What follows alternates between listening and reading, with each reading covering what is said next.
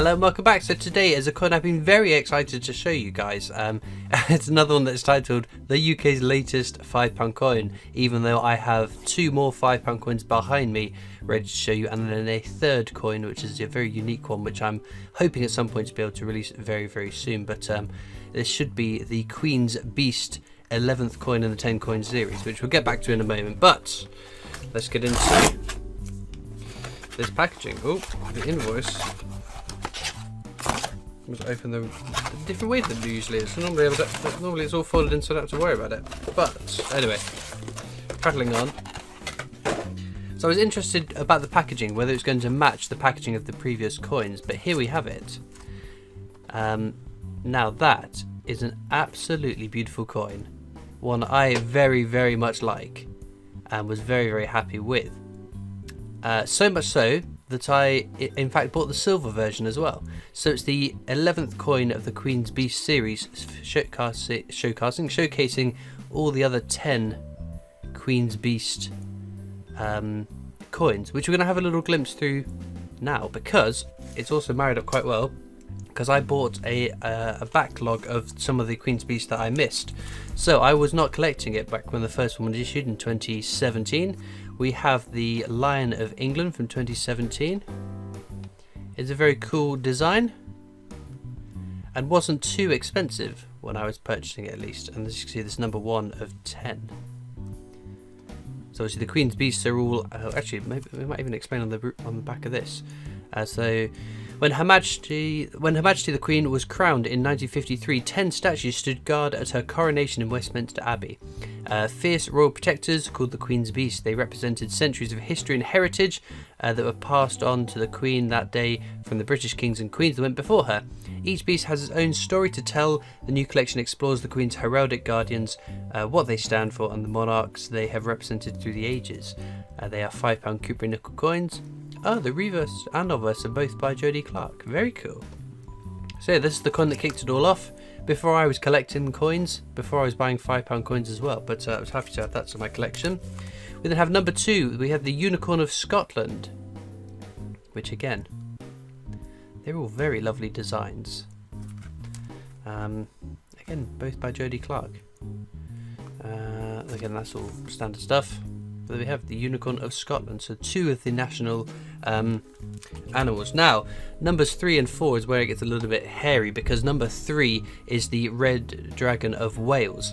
Now that bunk pack is exceedingly expensive. When I first started buying them, I could have picked that up for about £40, and at the time I thought, oh, that's a bit expensive. I'm not exactly looking to go back and buy all the backlog of them, but now they are in excess of £150, £170, £200 each for the Red Dragon of Wales, and then number 4, which is the Black Bull of Clarence, if memory serves. Quite why those ones are the most expensive eludes me, because I would have thought the first 2 would be more expensive, but maybe when these were the first ones coming out, that's when people were excited about it, that's when they bought the first ones.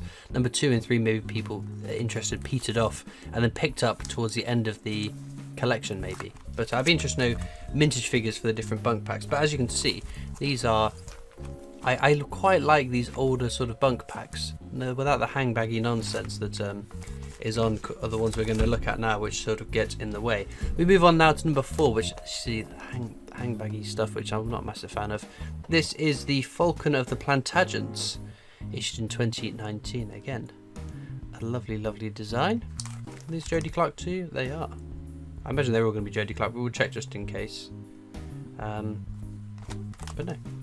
That is coin number 5. Number 6 of 10. This is the Yale of Beaufort. Again, an exceedingly lovely coin. There's the whole bunk pack for you guys to see. I believe these 2, let's see, 6 and 7, that was number 6, wasn't it? Yeah, 5, 6, 7, I think I bought as a backlog from the Royal Mint, because they were still available. 2020, the White Lion of Mortimer. I think I bought this new, if memory serves, but no. Again, it's a very cool design. And yeah, very nice stuff. Number 8, which I'm I know I did buy when it came out. This one is the White Horse of Hanover. Number 8 of 10. Again, similar sort of stuff as previously. Yada yada yada. Number 9 is the White Greyhound of Richmond, which you can see there. With what I believe is a Tudor rose in the middle. And again, you got your bumpy stuff. Very nice. Lovely, lovely coin. Which then brings us to the final 10 of 10 X of X. This is the Griffin of Edward VIII, issued in 2021. Again, it's a lovely design. They're all very, very striking designs, ones that I quite liked. It was only because I started buying £5 coins, I bought the ones that were available and as they came out, and then bought some of the back ones that were available at the Royal Mint, and then the two that I had to buy separately on the secondary market. And this is when I came across and found out number 3 and 4 are horrendously expensive. And I've ummed and ahed because I know I can get them in the change checker packaging, Westminster collection, or just sort of separately, but that's not what I wanted for these, because I wanted them in the Royal Mint packaging to match with the others. And obviously at some point in the future, when I want to have a bit of a flutter, I may just treat myself to them. But the problem is that the cost of them, you can buy the silver for the similar or less price than the BUNC ones, which is a little bit frustrating. So we will take a moment just whilst we're looking at the BUNC before we get into silver, just to promote the Coin Club's new offering. Well, it's not new anymore, they've been doing it a fair while now. So the Coin Club, for the sake of transparency, have been sending me their BUNC coins in lieu of the fact that I will then promote and talk about their product offering. But it's something I would probably be talking about anyway, because it's the cheapest way to buy brilliant uncirculated coins. These coins are the same quality as the ones you get from the Royal Mint, just not in Royal Mint packaging. So if the packaging doesn't mean anything to you, if you're going to bust your coin out and put it in your collection how you want it, these are the cheapest way to do it. I think the Queen's Beast one's still available for £7.99, which is a very, very cheap price. They do 50 pences as well at £2.99 if memory serves, and that is just an insanely low price. It does take a little bit longer to arrive, but for those kind of prices it's definitely worth waiting. And it comes like this. So this is the Royal Albert Hall. As I said, they're a little bit slower to release, but I'm showing you the latest one that has arrived with me. This has arrived with me a fair few weeks ago, it has to be said, but I haven't had it out yet. It comes in packaging just like this, so that is the coin there, much like a Strike Your Own. So that is the face of the coin there, so just be careful when you're taking out their packagings. You don't want your fingerprints on it, so gloves are recommended, but I'll pop it out just to demonstrate it. And they normally send you a little pack of sweets as well, which is a nice little added bonus when I was sorting through all my mail that has been building up and up and up. To have a munch on some sweets as well was great. But yeah, if you want to collect, you want to get more coins for your cash, I highly recommend Coin Club. The link is down in the description if you want to head over and then see the offerings that they've got, because practically every BUNC coin that's come out, they've had their own offering that is cheaper than Royal Mint. And like I said, if the packaging isn't what's important to you, save some money.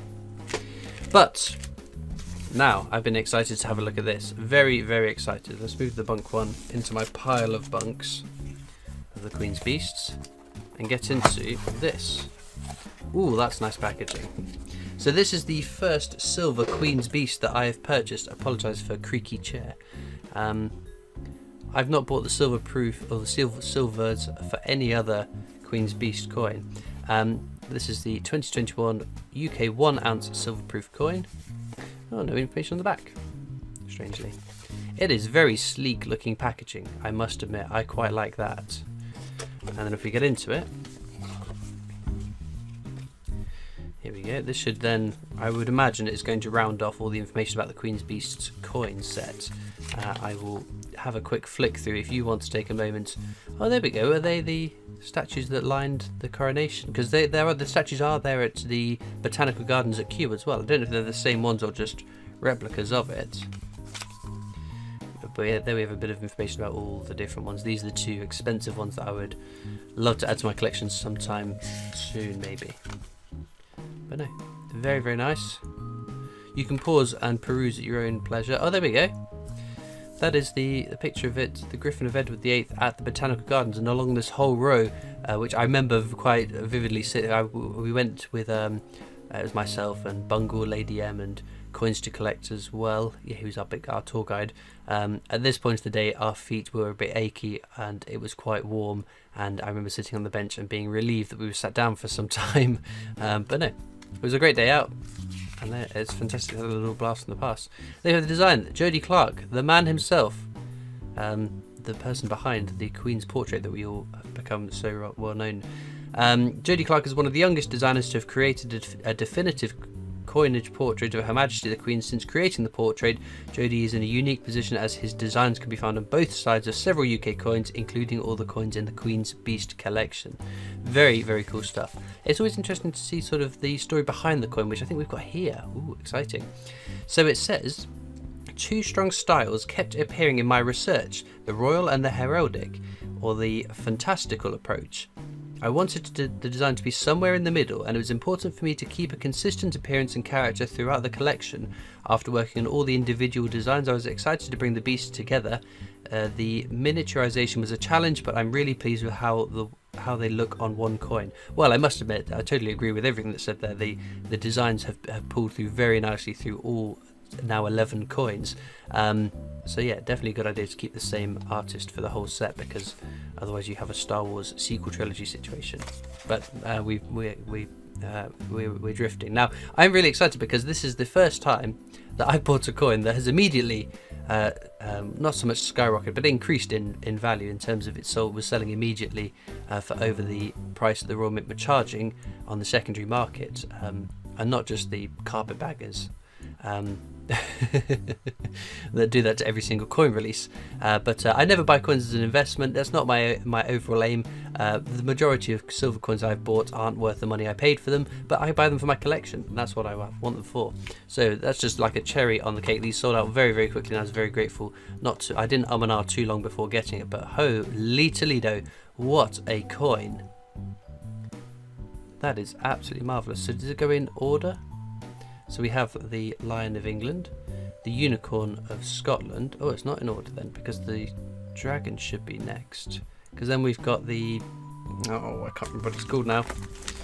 My memory, my poor memory. This is the White Greyhound of somewhere. The White Greyhound of Richmond. Followed by... Oh, we've got different lions now. That is the White Lion. Oh, hang on. Whoa, this is... Right. Oh, that isn't the unicorn. Where does it start? Right, we're going to start with this one. That is definitely the Lion of England. That is definitely the Red Dragon of Wales. That one is the Griffin of Edward III. The Unicorn of Scotland. The Black Bull of Clarence. The Griffin of someone. Oh, have I just said Griffin? No, we've got Griffin there, so that is a different bird. That is, in fact, the Falcon of the Plantagenets, the Yale of Beaufort. Now we've got another lion. What on earth is that lion then? We've just looked at Christopher. How hard can this be? Oh, this is the White Lion of Mortimer. Okay, and that means that's the Yale of Beaufort. Is that the last one? Oh my goodness. My brain. Yes. Oh, there's the White Horse of Hanover. Is that what I said? I can't remember. Anyway, they're all there, all present and correct in an interesting order. I would be interested to know what the ordering of that is. Milled Edge, and then obviously the obverse that we're all familiar with, the Jody Clark 5th portrait of the Queen. But no, that is a stunning coin. The fact that it's now more than what I paid for it is just the cherry on the cake. Not that I've ever looked to sell it, because I do really like this coin. This has quite quickly become one of my favourite coins of the year. We've got number 7,027 out of a maximum mintage of 7,206. Holy Toledo. That is cutting a bit fine. I'm not sure whether the first order gets the first number. I'm not sure if that is the case, but there we go. Very, very nice. Oh, limited to this presentation was 7,100. Wow, there weren't many left then. But it does then bring up the question, how long before I start looking at prices of the back catalogue in 1 ounce silvers? I've heard that number 1 and number 2 are the more expensive ones of this set in silver.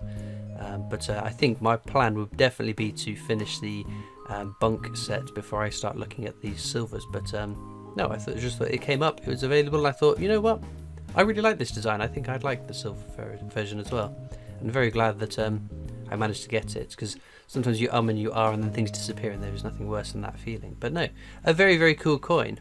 In terms of my favourite coin of the whole set, even though I don't have it, it's probably the Red Dragon of Wales.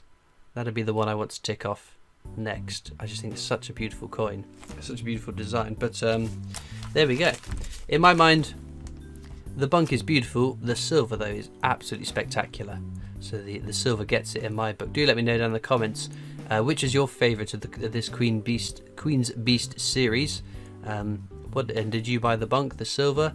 It is quite odd because, as I said, this is the 11th coin in a 10 coin set. But for the design that we've got on this one, I don't mind that, because I would much rather get an unexpected coin than to have lost out on this absolutely superb design. And as I said, the miniaturization of each design has worked absolutely amazingly. So yeah, I'm very, very impressed. And who knows, could we get another year-spanning set similar sort of these coins? I don't know. I'd definitely be a early adopter of that, though. But like I said, let me know what you've bought. What's your favourite ones? The BUNC, the silver, individually. Which Queen's Beast coin was your favourite? And were you lucky enough to pick up the Red Dragon of Wales and the Black Bull of Clarence at a reasonable price? I'd be interested to know. But as ever, all that leaves me to do is thank you so much for watching. I hope you've enjoyed, and I'll see you next time for more coins. Bye.